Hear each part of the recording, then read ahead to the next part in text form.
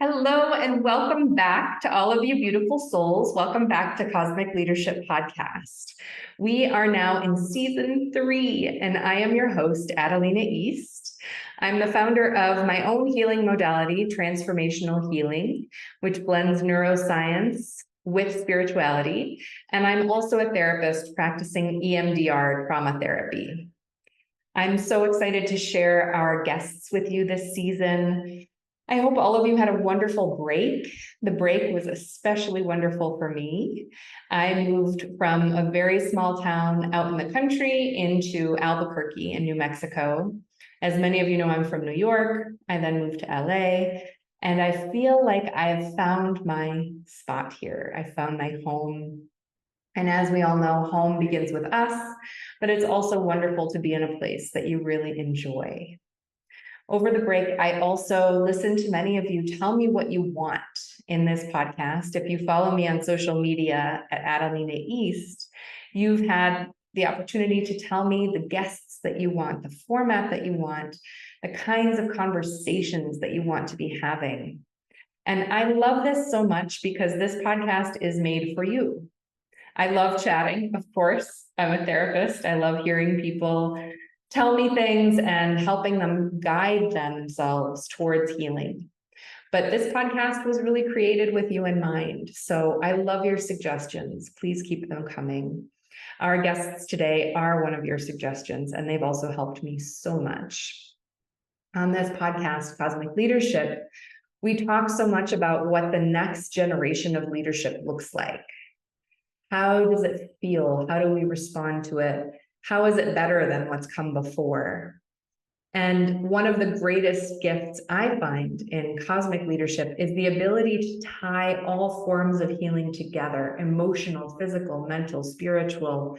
I just love that. I think that's so important, a more holistic approach to healing.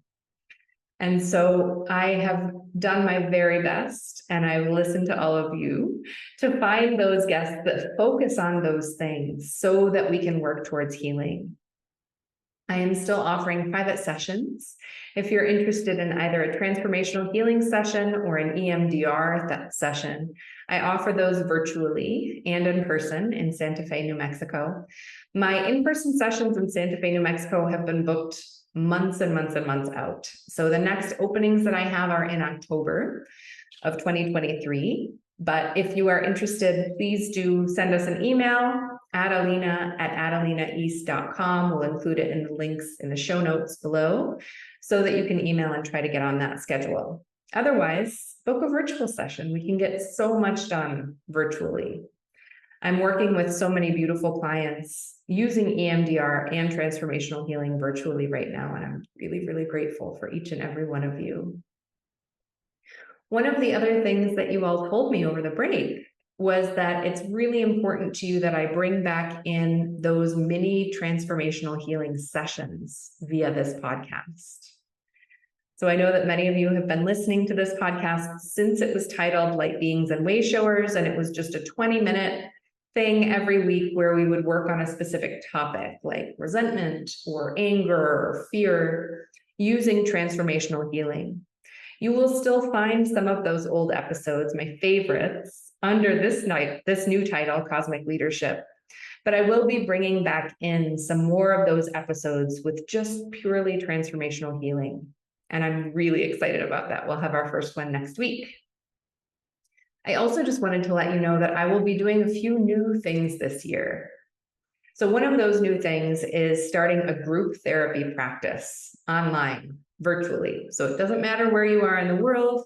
If you are not in a financial position to afford private sessions, these will be group therapy sessions. We will focus on a specific topic each week, and everyone will be given a chance to talk and to listen and to hear whatever's coming up for me about that specific situation. But these group therapy sessions will not be EMDR trauma therapy. Unfortunately, at this moment in time, we don't really have any academic research, which you know is what I rely a lot on. We don't have any academic research to show us that group therapy EMDR is effective. So if you want to work on something specific, something private, something that would not be able to be covered in a group therapy session, book one of those EMDR sessions now, or a transformational healing session with me privately, and we'll get right to work on it. I also am going to be offering an incredible training opportunity this year. I don't dare talk about it so much because it's still in its early stages. We're still developing and creating it. But for those of you who've been wanting to learn how to use transformational healing for yourself and for other people, you will be very excited. So if you may, please send beautiful vibes this way about that as we create this and develop this for all of you. As you know, I'm a deep believer in putting the power of people into their own hands. I don't love dependency, and I don't love the, let's say, Western medicine method of let's go to therapy every single week for 10 to 15 years with the same person over and over again, talking about the same things over and over again, and pretend that that's helping. I do think it helps in some cases. I do think it helps for a while. But I do think there is a dependency created there that I'm not so wild about. So I find that transformational healing is one of those beautiful methods of healing that can be very independent and can be very helpful for those who want to learn how to do it, and for those who want to learn how to guide others towards their own healing using transformational healing. So more on that very soon. It will be a program. I can't wait. Okay, I have to stop talking about it now. There's just too much. So let's talk about today's episode, which is so exciting. Let me just put on my glasses so I can see something. Okay, so today we are talking to these incredible people. I was introduced to these two women through all of you several years ago, actually. They go by the title Biohacker Babes on Instagram. And they're incredible women. I first started working with them, let's say maybe a year ago, 2 years ago, just virtually following every single thing that they ever posted, and kind of trying out some of their biohacks. So for those of you that are new to all of this, a biohack is something that you use to enhance your health. Sometimes it can be curative, sometimes it is not, but in this case, working with these two ladies, they do both. I just love both of these ladies because I feel like the biohacking world has been very male-dominated. There are several male biohackers that I've followed for a long time, and I tried some of their suggestions, intermittent fasting, for example, which made my hormones take an incredible nosedive. And realized pretty early on that I needed to check in with some biohackers who were women, who understand that hormones change throughout the month, who understand the impact of those hormones on your mood, your vitality, your workforce, because it doesn't really make sense for us to all try to do a one-size-fits-all thing. So just to share with you very briefly, my very favorite biohack that has been working for me for so long is the sauna space sauna. It is an infrared sauna. You can use it just with a blanket over your head if you can't afford the canvas that they sell with it. That's what I've been doing anyway, just because I am trying to do things on my house instead of that. And I found that that sauna space is just so helpful for me to detox. As many of you know, if you've been following this podcast for a while, I have a number of medical conditions that I'm working with at all times: mold illness, multiple chemical sensitivity, Lyme disease. The Lyme disease is pretty much in check for the moment, but you know, there are those days. So I find that giving myself a really beautiful 20-minute sauna helps me detox so much. I take some binders when I'm doing the sauna, and it really helps me. So I chat with these beautiful ladies about my sauna space, about different nutrients, about how to check out your supplements and make sure that you're not getting scammed, all of these types of things. So if you are in the healing process, mentally, physically, emotionally, spiritually, check out today's episode and learn from Lauren and Renee. And without any further ado, here is our very first episode of season 3. Hi, everybody. I'm so happy to be back with you again. Welcome back to Cosmic Leadership Podcast. I am very excited for our conversation today. I'm talking to two of my very favorite ladies. As most of you know, I've been on a long healing journey, and these women have been there for me every step of the way. They've referred me to the right biohacking devices for someone with my form of chronic illness. And I've been following their podcast, the Biohacker Babes, for such a long time. I would like to welcome Renee and Lauren. Coming together as health entrepreneurs, Renee, a certified nutritional consultant and holistic lifestyle coach with a master's degree in nutrition, and Lauren, a Broadway performer, Czech licensed practitioner, and functional diagnostic nutrition practitioner, feel a strong passion and drive to not only share each of their journeys towards wellness, but their strategy and motivation to discover our unique bodies through the world of biohacking. Their podcast, The Biohacker Babes, aims to create insight into the body's natural healing abilities, strengthen your intuition, and empower you with techniques and modalities to optimize your health and wellness. Welcome, welcome, Renee and Lauren. Thank you. Thank you Thanks so for having much. us. Yeah, Excited so happy to be here. You're both so cute. Twins. I'm sure people ask you this all the time, but you are twins. We're not twins, Nope. just sisters. There's Okay. 2 years apart. Okay. But Perfect. we sound alike and are alike in many, many ways. Yeah. We get asked if we're twins a lot. Yeah, I'm sure. Yeah. So just for any of our listeners who are not familiar with biohacking, Lauren, could you define what biohacking is for us? Oh my goodness, what a kickoff. Jump right in. Yes. Well, if you Google biohacking, depending on the day and the temperature and where the sun is in the sky, you can get any number of definitions. My definition is just optimizing your own genetic and health potential. And I think there's personality traits that go into that, being really curious, being healthfully skeptical, and be willing to experiment using, intelligent resources and the information that we have at hand. So that could be data, it could be lab testing, it could be just subjective experiences, but there's a really fine listening that is required for biohacking. And if we can listen, meaning like tuning into our body's communication and then pairing that with more advanced biohacking modalities, which could be technology, lab testing, numbers, data quantification, we have a really beautiful marriage for optimization. That's a great definition. Thank you. Yes, it's different every time that I'm asked as well. Well, I think it also depends on the person that you're helping to biohack too, right?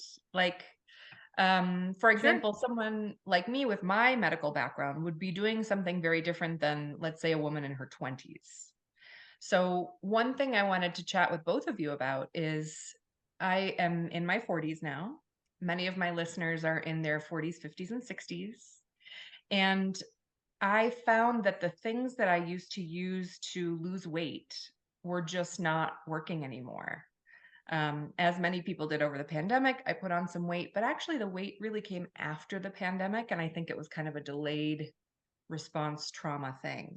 And so while I am a mental health therapist and I can work on the trauma and work with my own therapist on those things, there's still the bodily aspect.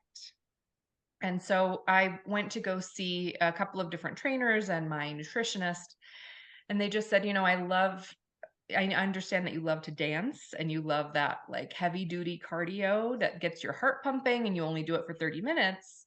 But that's actually not such a thing as you age. There are much better ways to boost your metabolism.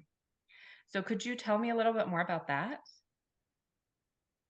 I mean, we really just always want to be looking at the foundational systems of the body, and are we supporting them and are they performing at their most optimal potential?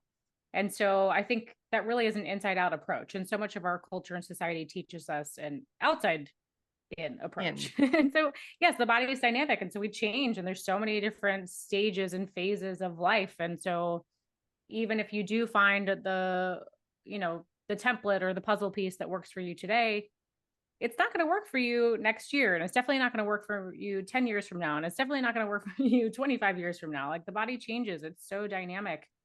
And just to speak to the cardio piece, I taught dance cardio for quite a while. So that resonates with me immensely. You know, there's this huge mental, emotional draw to one, be with community, but also to get the endorphins that come with cardio. And I think that's really valuable. Being around people, music is healing, dancing is healing. And sure, there are benefits, some benefits to the body, but is that what we need for optimal health? So I think when it comes to modalities like that, it's really kind of a sacrifice, knowing that there could be some detriment from it. But, you know, to each his own. We have to choose the path that makes us the happiest. And if you can understand the full context of it, sure, this may not be great for my adrenals. We may be overtraining, but you know what? I get a lot of value from being in a class full of women, you know, endorphins and feel good chemicals and music and all that stuff. Does it fit into the larger context of my healing journey? And that answer is different for everybody. Right.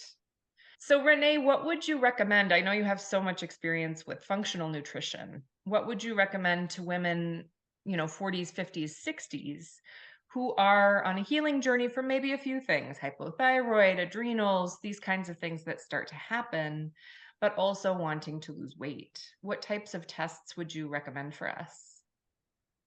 I would probably say my number one for that scenario would be the Dutch test to look at hormones. So I think maybe in our 20s, we can do like a quick blood test, check our hormones. Usually everything is happy-go-lucky, good to go. But the Dutch is going to be much more comprehensive. You know, we're looking at saliva, we're looking at urine. We can also assess the adrenals, which I see can start to take a hit as we age for women. I can't speak to the parenting side of things, but my clients and friends that are parenting, it's very stressful. So the adrenals really need a lot of support. And as we see the adrenals and thyroid kind of take a hit, then we see a lot of the sex hormones, right? Estrogen, progesterone, testosterone to decline. So I think doing the Dutch test, it's just so comprehensive, gives you such a good overview of what's going on. And then we can really target what we need to do versus, maybe someone might look at a blood test and say, oh, we'll just give you some bioidentical hormones. But Right. I think we need to take a step back and say, well, what's going on foundationally first before we jump to that? And that's where a lot of the lifestyle factors can really come in before we jump to the hormones. Yeah. And I would add to that, there's just so many foundational pieces that most people are missing because there are trends in the industry, especially with supplementation. I see this a lot, there's a big vitamin D train, and that I think that exists still very presently. And there's a magnesium train, and there's an omega train. All these people are jumping on these. We need these nutrients. And so I see a lot of clients come to me and they're taking 1, 2, 3, vitamin D, omega. What's the other one I just said? Magnesium. And so in their lab work, I'm like, yeah, I can see that you're taking that. Well, what about all these other things that are not trending right now in the health industry? I can see that your red blood cells are taking a hit because you're B vitamin deficient. And there are a lot of consequences from that. We impair our methylation pathways, and the hormones, of course, are downstream. So as Renee said, with the Dutch test, we got to go further upstream to see what nutrient cofactors are we missing. Are we dehydrated? Is our gut health like screaming for some support? Maybe like some digestive support. And so I think people are just jumping to the popular things out there rather than using the lab testing, which can be such a fantastic diagnostic. Oh, we can see what's happening in your biochemistry. Why don't we try to get more nutrients from particular foods that we know that are powerful providers? And if that's not enough, can we source out to a supplement to boost that for maybe a short period of time, maybe long period of time? But I think the lab testing is it's the confirmation. Are you getting the nutrients or are you not?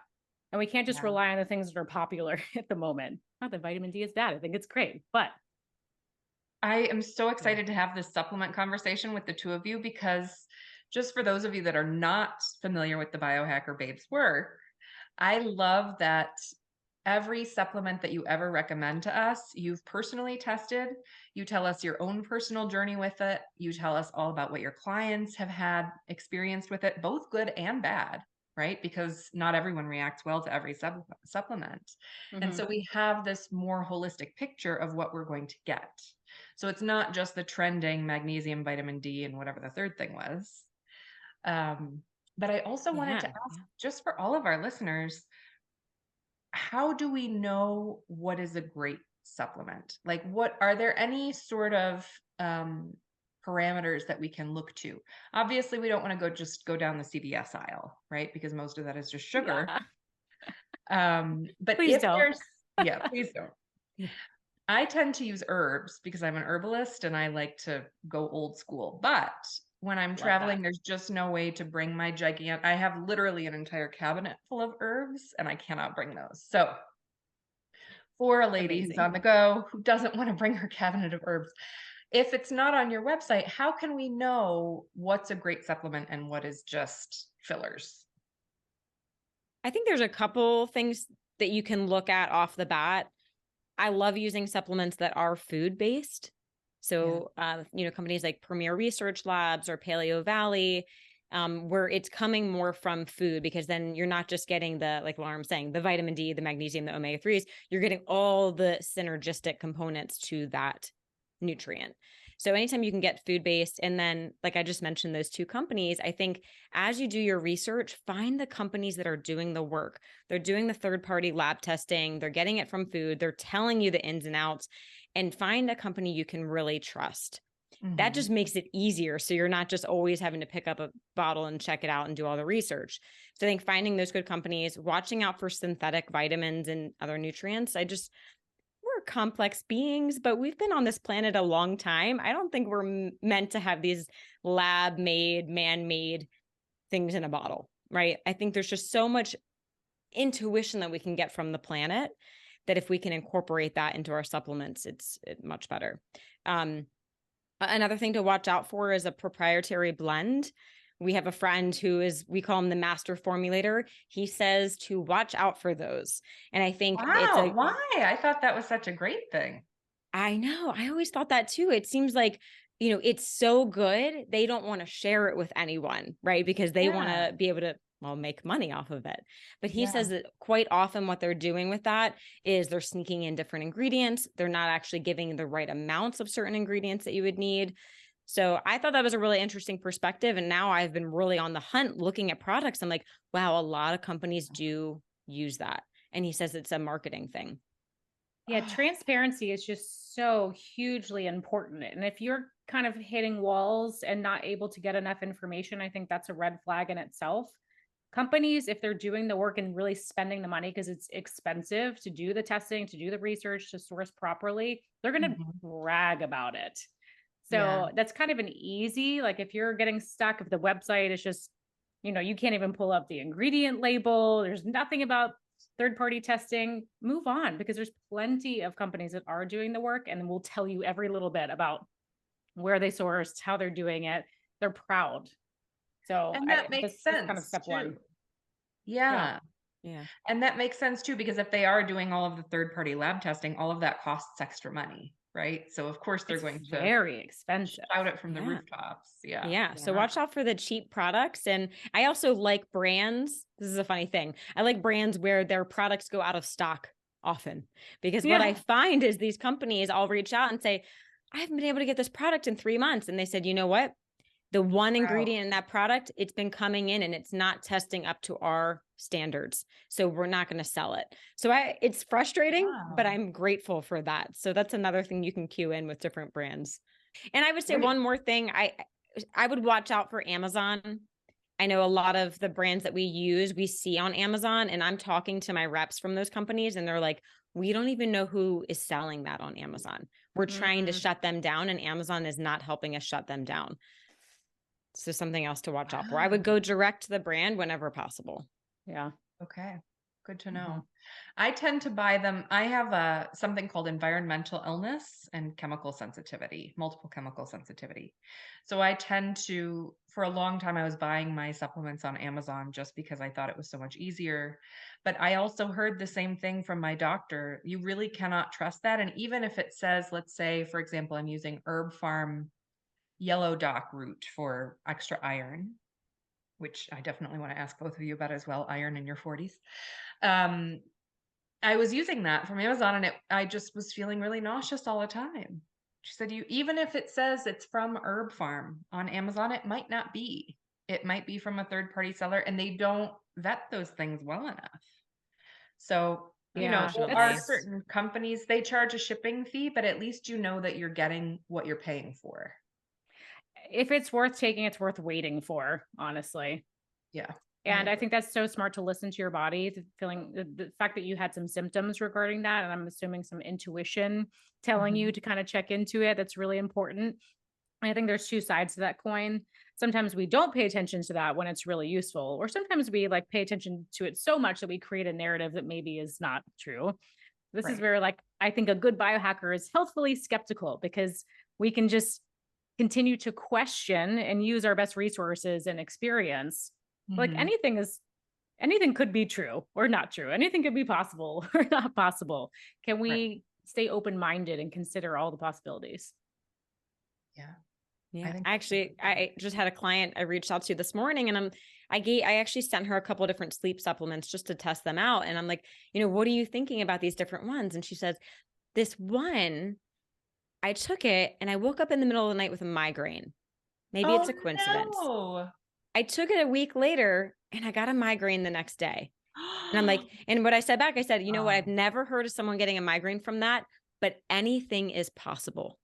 We are all bio individuals. Anything is possible. And so if you listen and tune into that, you can learn a lot. I agree. And so I'm happy you made that segue, Renee. Let's talk about sleep a little bit. So our favorite. I know. Yes, our favorite. It's one of mine too. There are so many different schools of thought about sleep. I personally am madly in love with the Huberman Lab. Do you guys know about him? Yes. I mean, not only is he fun to look at, but he's also a very brilliant neurobiologist and neuroscientist. I'm also a neuroscientist. And so you connect on that level. Yeah. Yes. Yeah. But what I love is he's done a few different episodes on sleep, and each one is really different because we are all so different, right? But there are a few things that I think we can all take away. So I know one of them is getting that bright light in your eye first thing in the morning. That tends to be harder for people like me who wake up at 4. It's my natural body clock. I go to bed at 8 or 9. I wake up at 4. It's just the way it goes. So I was reading through a couple of your blog entries and wanted to ask you about, so for the very early riser who cannot do that, look out and not right at the sun, but look out into the sunlight as soon as you wake up. What are some other things that we can do to try to have that same effect so that we can set our circadian rhythm to be able to sleep through the night? Well, I think my first question would be, do you want to keep that wake up time of 4? No, I do not. Oh, so that's a different, that's a different dialogue. Yeah. It's a different dialogue. So if you want to actually, now we're talking about moving your circadian rhythm, right? So say it's 8 to 4 now, do you want it to be 10 and 6? So there's different ways you can expose your body to what we call the Zeitgebers. These are all the external cues that tell your internal clock what time of day it is. You can use light, food. Those are the main two. Exercise to some extent, caffeine to some extent. And so you would actually, if you wanted the 10 and 6, you would try and give yourself that bright light at 6. Okay. And try and cater your light. You would actually not want to turn all the lights down till maybe 8 p.m. You would shift all that blue light exposure, and it will take some time, but in like 15-minute increments for a little bit. Yeah. But over time you can push it with those. And like I said, in food too, food is a great cue, because when the nutrition's coming in, it's telling your body it's daytime. We want to be up and alert. Okay. Yeah.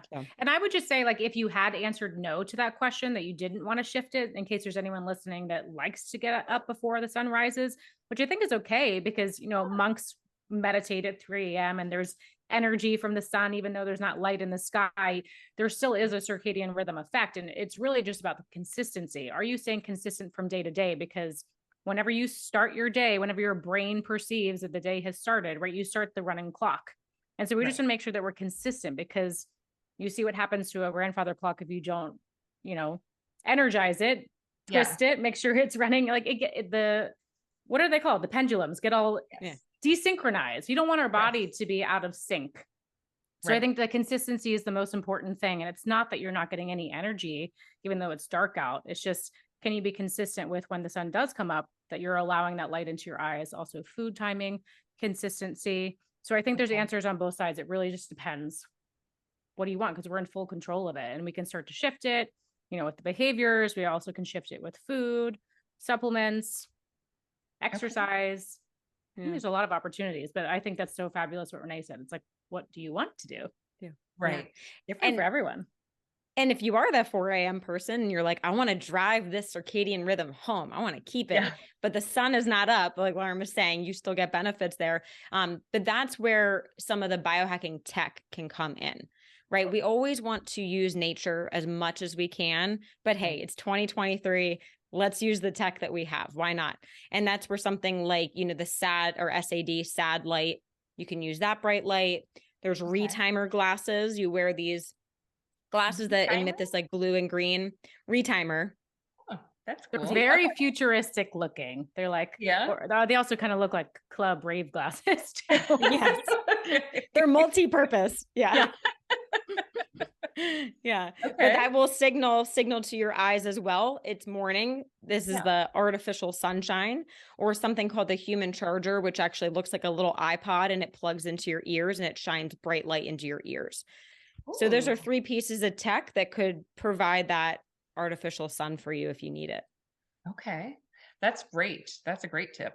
I actually ended up a couple of years ago getting so irritated with the 4 a.m. wake ups that I bought one of those sad lights. And it worked for a little while, but then it started to lose its efficacy. And then actually my sleep cycled into something that I loved, which was more of that 10 to 6. But since moving from LA out here to New Mexico, I am definitely up at 4 every single day. And I get up and do things like meditation, or I use dynamic neural retraining system. For those of you that are not aware of it, it's a great neuroscience-backed way to kind of get your body out of the constant fight or flight state. It retrains your vagal nerve for depression, anxiety, PTSD, those kinds of things. And it's helped so much with chronic pain from endometriosis. So I have made use of the time, but if I can get back to going to bed at 10 and getting up at 6, that would be ideal. Yeah. Yeah. And then also, what kind of chronotype are you when it comes to sleep? We have the dolphin, wolf, bear. Tell me about these. I'm totally unaware. Yeah. So there's 4 chronotypes. You can take a simple quiz online. I think it's powerofwhenquiz.com. Okay. And this just tells you how different we all are. So of the 4 chronotypes, based off of when you like to go to bed, when you like to wake up. So like Lauren is a dolphin. She's a light sleeper. She can stay up a little bit later. She could wake up a little bit earlier. She kind of does okay with that. I'm a bear. I go to bed early. I sleep in. I'm like a dead to the world sleeper. And lucky. Yeah. They all come with their pros and cons. You could say she's lucky. Yeah. Yeah. There's pros and cons to each one. And so what am I missing? Wolf and Lauren, I'm forgetting the 4th one. Bear, wolf, lion. Lion is the early riser. It's like the type A student. Yeah. That's me. Yeah. Ready to go. But so once you know what you are, you can lean into that. Right. Yeah. So the lion is the person, that's at the office early in the morning, versus me, the bear. I'm going to struggle to be that first person in the office. And then hopefully, if I had an office job, my employer would understand that. Right. So you want to try and create the lifestyle around that the best you can. Right. And you can also time your caffeine, your food, your exercise, your light exposure, all based off your chronotype. So I definitely recommend doing the quiz. It takes 30 seconds. Okay. And also know that those can change throughout your lifetime. Like there are general age categories that tend to lend themselves to certain chronotypes. Like teenagers typically are more wolves. They're designed to stay up later and not be at school at 7 a.m. So that's why it's really detrimental to behaviors and learning to force children in schools all at the same time. I know. We should be allowing them to sleep on different schedules. And I think that just creates a lot of tension. And I'm not a parent, so just take that with a grain of salt. But to get mad at your child for staying up late when they're biologically designed to stay up a little bit later. Yeah. I know. But it changes with age. And I Yeah. think with our ancestors, that was a smart thing to all have different chronotypes, right? Who was going to be watching the camp when certain people were sleeping?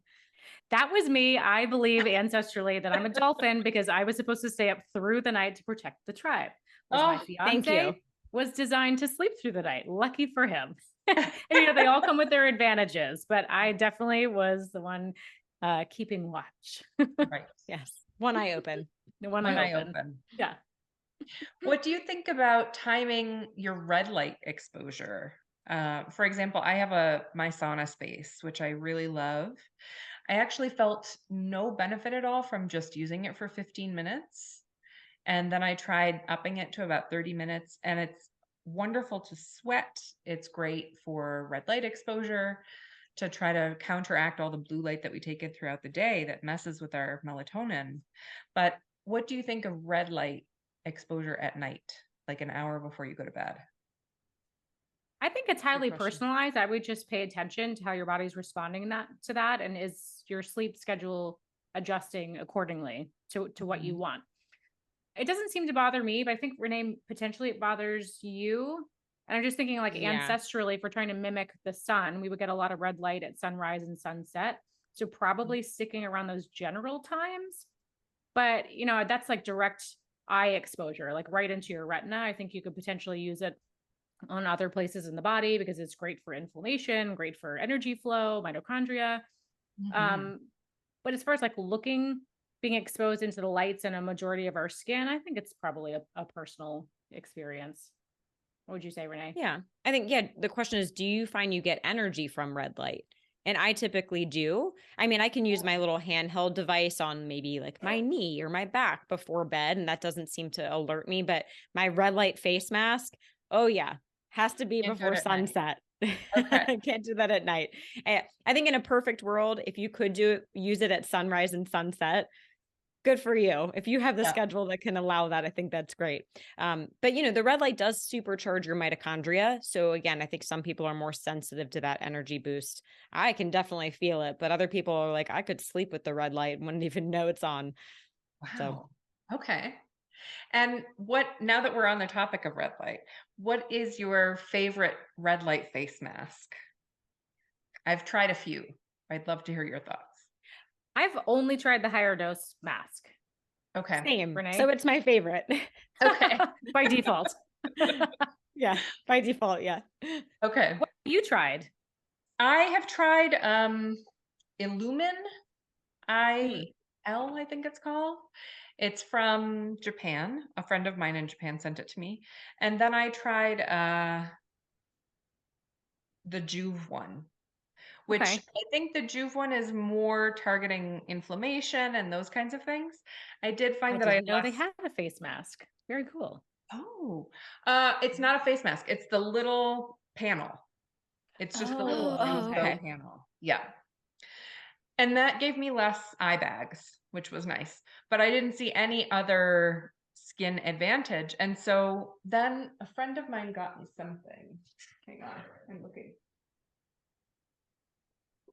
And then a friend of mine got me the DPL2, which actually is not made anymore. Now they've put some blue light into it so that it can be acne fighting at the same time, which is not something I struggle with. So I'm sure you can probably still get a DPL2 on eBay. But that's the one that I've seen the best skin, more youthful benefits with. yeah. Okay. Very cool. So we're big fans of the brand Lightpath LED. And they actually just came out with a new line. It's called the Diesel line, which is like bigger Ooh. and better than ever. They're starting to use pulsed light. So most of the lights on the market now, Juve and any commercial products, especially the ones you find on Amazon, would just be a continuous wave. And Okay. they're finding this increase or sort of this upgraded level of benefit with the pulsing light is really creating a resonance in our cells that we haven't seen before. And I think that's mimicked in nature because sound waves, energy, light is all pulsed all the time. So Right. it's a more natural frequency. And but even just their general line, I love the Lightpath LED. I think they've done a fantastic job at designing the models, and they got the big ones, the small ones, portable ones. I think just the red light industry has exploded in a beautiful way. But I have a lot of experience with Lightpath specifically and really enjoy that. Yeah. Okay. Yeah. How long do you leave that one on? Sometimes I'll just leave it on. It kind of depends on what I'm doing. So I love to use it in the morning, especially on a rainy day. Yeah. And if I'm doing a particular breath work or meditation, on average, it's like 6 to 12 minutes per side, but I could get kind of wrapped up in what I'm doing, my meditation or breath work or reading or something, and maybe sit there a little bit longer. I don't know. I'm not sure that we can speak confidently about diminishing returns or the ideal amount of time. I think again, Yeah. it's like paying attention to your body's intuition, and I think your body will ideally tell you when you've had enough. Yeah. Yeah. I think it's like 10 to 20 minutes on a body part. I mean, certainly it's different for you, Lauren, if you're sitting in front of a panel, you're meditating versus, applying it directly to an area for inflammation, or even so the face mask, really 10 minutes. If you're getting started, you can work up to 20 minutes, but that, because it's so close to your skin, they Right. actually do see an increase in reactive oxygen species. So you want to be careful of the potential oxidative damage. And that's why I actually like using, there's a green tea, like EGCG serum from Young Goose. So you put that on and then put the red light on. So you get all the benefits of, boosting collagen, all of that, but you protect yourself with the antioxidants. Right. So that's a cool thing we're seeing too. Yeah. I've tried that Young Goose product as well, and I really love it. It also is something that one of my best friends in the whole world is an endometriosis specialist. And so she recommends just tons and tons of ECGC. And so we've tried all different products together. And that seems to be the best one for pain relief and for keeping those endometrial lesions at bay. Wow. In capsule form, like internal? Yeah. It's pretty Cool. great. You can also just use the dropper to drop it in your mouth. Yeah. Powerful. Yeah. Again, no dosage recommended, but it's one of those things of monitor your body and see how it feels. Try one thing at a time. Yeah, definitely. Yeah. And I think again, with the exposure, like most of the red light panels say to keep like a 6-inch distance because of that. So, and anything, too much of anything is not a good thing. So in moderation, and I think also consistency with the moderation, using red light one time in your life is not going to make a difference. Can you integrate it? Is this something you can build a habit around and have a moderate and like meaningful practice around it while paying attention to subjective markers of improvement, mood, motivation, sleep, energy, pain, and then looking at your data, biochemistry, sleep recovery trackers. What are they all telling you? And then you can, adjust the dials from there. But I think moderation and consistency seem to be two words to keep coming back to. I like that. Yeah. I listened to one of your podcasts recently about travel. And this is something that has always really interested me. My former career was working with the United Nations. And I loved it so much. My life was travel. I mostly traveled around Southeast Asia in between countries, but I was on a plane once a month to go to a different country. And though there may have only been a 1 or 2 hour time difference, I would always be so exhausted when I'd arrive. And of course, after leaving my job with the UN and realizing all of the radiation that you're exposed to on a plane, I was like, oh, if I had just known about certain supplements back then, it would have made my life so much easier. But I would love to hear some of your tips, and you can even pull from that episode if you want, of the best travel hacks, biohacking travel hacks. Yeah, looking at your circadian rhythm is going to be top of list because that Zeitgeber is going to control everything else, every organ system in the body. So this depends on the length of your trip, your desired outcome, the distance, or how many time zones are you traveling. So you have to start there. So we can't really give specific advice because it depends on all those factors. But just for example, say you're traveling 3 time zones and you're just there for a weekend. Probably not a lot of motivation to try to reset your circadian rhythm. I would probably just lean into your sleep needs, get the sleep that you need. Try to relatively stay on your own time zone. But I think once you get to a week or more, there's a need to reset. I'm going to do that with fasting. So again, like the two things that control circadian rhythm reset are food coming into the mouth and light coming into your eyes. So we can be really, Okay. really strategic in our dosing of those two to tell your body what time it is. That's really Yeah. powerful. And then of course, movement from there. But I just want to touch on the radiation piece. I just think that's so huge and widely overlooked. And so yes, supplements can help with that, but also body protective clothing. There's a lot of clothing lines out there that are building like really safe materials to help shield you with that. So, you know, you can wear a beanie and a t-shirt and a hoodie, or, you know, there's protective casings for your phone and computer. You know, we want to do everything that we can because that's stress on the body. A lot of people think, I don't have stress, but they're just thinking of mental, emotional stress, work stress. You know, I didn't get in an argument today. I'm not stressed. But Right. radiation is a huge stressor. Environmental stress like pollution, air pollution, lack of air quality, you know, toxic water. There's just so much that we have to consider, and not to be an alarmist and scare people, but we have opportunities to really support the body in all those different areas. And I Yeah. do have one of those radiation beanies. I think the company's Lambs. Yes. Get Oh, nice. lambs. Yeah. They're awesome. Yeah. Yeah. Yeah, It Lambs works is great. super well. Every flight that I've taken with that beanie on, I arrive and I'm perfectly fine. I don't need to sleep for a whole day afterwards. Like I feel great. So whether, you know, as a scientist, I get very nitty-gritty about the research of all of these things. But I have to say, whether it is an absolutely perfect product or whether it's just been recommended to me by so many people that I respect that I'm now having a placebo effect about it, it doesn't really matter. It super works for Yeah, me. that's So I'm going to valuable. keep doing it and keep recommending it to people. Yeah. Yep. Yeah. I know. I kind of feel like I have this like superhero cape on when I'm wearing my EMF protective clothing. Again, is it a mental thing? But I feel like I'm like more resilient to the radiation. And like Lauren said, you know, we don't want to be an alarmist. Like, trust me, I fly a lot. I am not giving up my travel anytime soon, but there's so many things we can control and do for ourselves. So yeah, the clothing is so great. And then supplements, right? Anything that's going to be an antioxidant or support your mitochondria can be really helpful to offset that oxidative damage. What would an example of a mitochondrial support supplement be? Yeah, great question. The top of the line, most people probably have heard of this, is CoQ10 with PQQ. Those are Okay. great for the mitochondria. I also really like methylene blue. This Me is too. okay. It is I love it. absolutely the best. I have an incredible doctor out here who works with people with environmental illness, and we're all just starting to get into methylene blue. And so we started with IVs, and now we're progressing to using it orally, and we've tried a few different brands. But on the days that I get to take methylene blue, I feel so fantastic. Because if you can combine it with red light, it's just phenomenal, right? But even on the days that I can't combine it with my sauna space red light, I have so much energy. I wish I could do it every Same. day. I know. I love it too.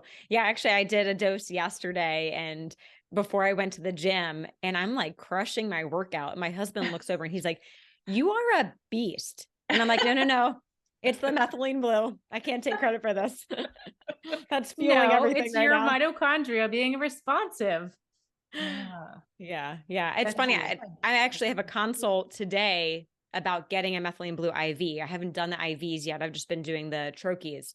So Okay. that's cool that you've done the IV. I'm excited to try that. And then a really cool way to combine the red light, if you don't have time to sit down in like your sauna space or your Juve or whatever, I have a wrist device called the Lumen, and it just shines red light right into your inner wrist, either side. And that kind of gives you a little red light dose. This device has a lot of really good research on chronic fatigue syndrome, Epstein-Barr, Lyme. They're doing a lot with viruses too. And it's a 30-minute session once a day. And you can walk around with it. People think you're a little weird, but you can walk around with it. Who cares? I walk around with the craziest things on. I don't care at all. Oh, you'll love this. The other day, I'm walking around my house. I have an NAD patch on my arm, my bio strap, my grounding bracelet, my red light device, a castor oil pack wrapped around my liver. And my husband is like, "What is happening?" I'm like, "Don't worry, I got this." Don't worry. I went to the pharmacy the other Superwoman. day with my castor oil pack on my liver. And the thing is your clothes Nice. cover. I use King of Thrones castor oil packs. I love them because Great. you can wrap it around you and tie it. And so Yes. it's under your clothes.